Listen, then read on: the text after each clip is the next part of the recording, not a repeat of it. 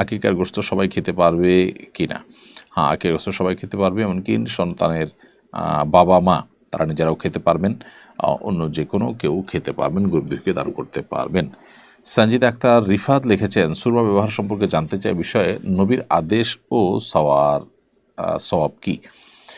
সুরমা নবী সাল্লাল্লাহু আলাইহি ওয়াসাল্লাম ব্যবহার করেছেন, জাস্ট এটুকু, এটার জন্য তিনি নির্দেশ করেছেন এমন কোনো বিষয় নয়। বিধায় সুরমা যদি নবী সাল্লাল্লাহু আলাইহি ওয়াসাল্লামের মহব্বতে আপনি ব্যবহার করেন তাহলে সওয়াব হবে। তবে সুরমার জায়গায় যদি আপনি এমন কিছু ব্যবহার করেন যেটা চোখের জন্য ক্ষতিকর, তাহলে সেক্ষেত্রে সেটা আপনার নিজের দায়িত্বের ব্যাপার। মাহমুদুল হাসান সাইম আপনি লিখেছেন, এআডি থেকে, আমার মা বাবা 11-12 লাখ টাকা সুদের উপর ঋণ করেছেন। এখন আমি সংসারের হাল ধরেছি, এখন কি আমার নামাজ, রোজা, দান, সাদেকা, কোরবানি কবুল হবে?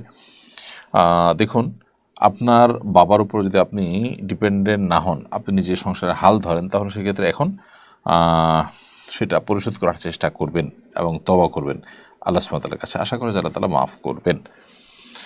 তবে এই যে তওবা, এই তওবা হতে হবে যথাযথ প্রক্রিয়া, যথাযথ নিয়মে।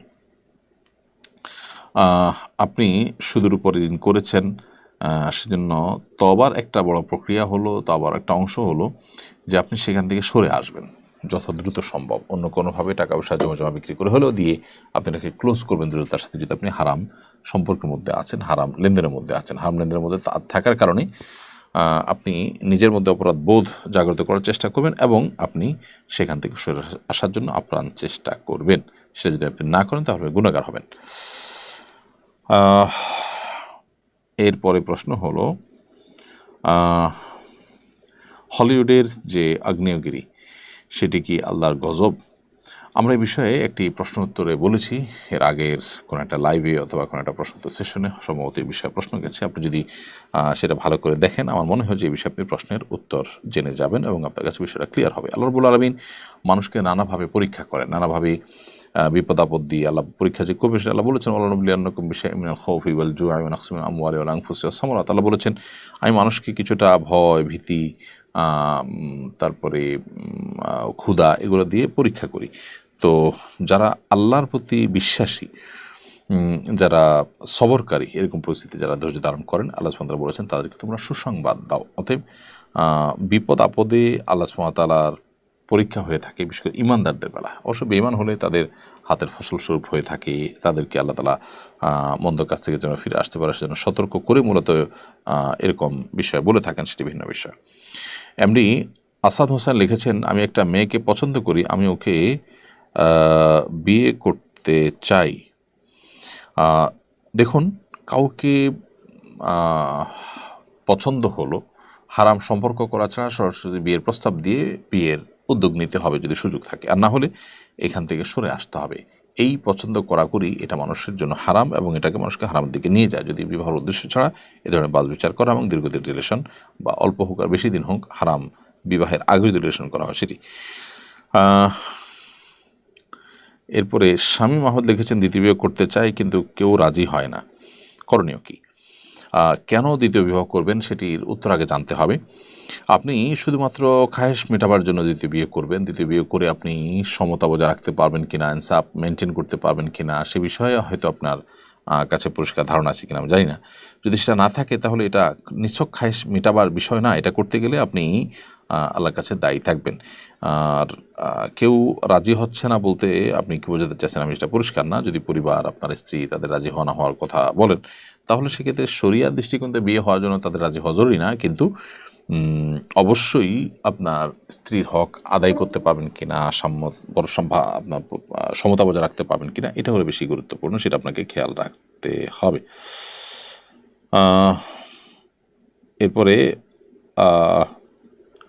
প্রশ্ন করেছেন সুবর্ণা ইভা, আপনি লিখেছেন, একটা ছেলে মেয়েকে বিয়ে করেছে, মেয়ের পরিবার জানেন সব কিছু কিন্তু ছেলে কাউকে জানায়নি, সেক্ষেত্রে এই বিয়ে বিশুদ্ধ হয়েছে কিনা? যদি মেয়ের পরিবার জানে, সবাই সম্মত আছে, ছেলের পরিবার জানেন না বা সম্মত না, ছেলে প্রাপ্তবয়স্ক, বিবাহ করে স্বামী স্ত্রীর ভরণ পোষণ দেওয়ার মতো সক্ষমতা তার আছে, তাহলে বিবাহ বিশুদ্ধ হয়ে যাবে এবং সে বিবাহ তাদের মধ্যে শুদ্ধ হবে এবং তারা সংসার জীবনযাপন করতে পারেন। এরপরে লিজা কুলসুম আপনি লিখেছেন, বর্তমান গেম খেলে টাকা উপার্জন করছে অনেকে, এটা কতটুকু হালাল?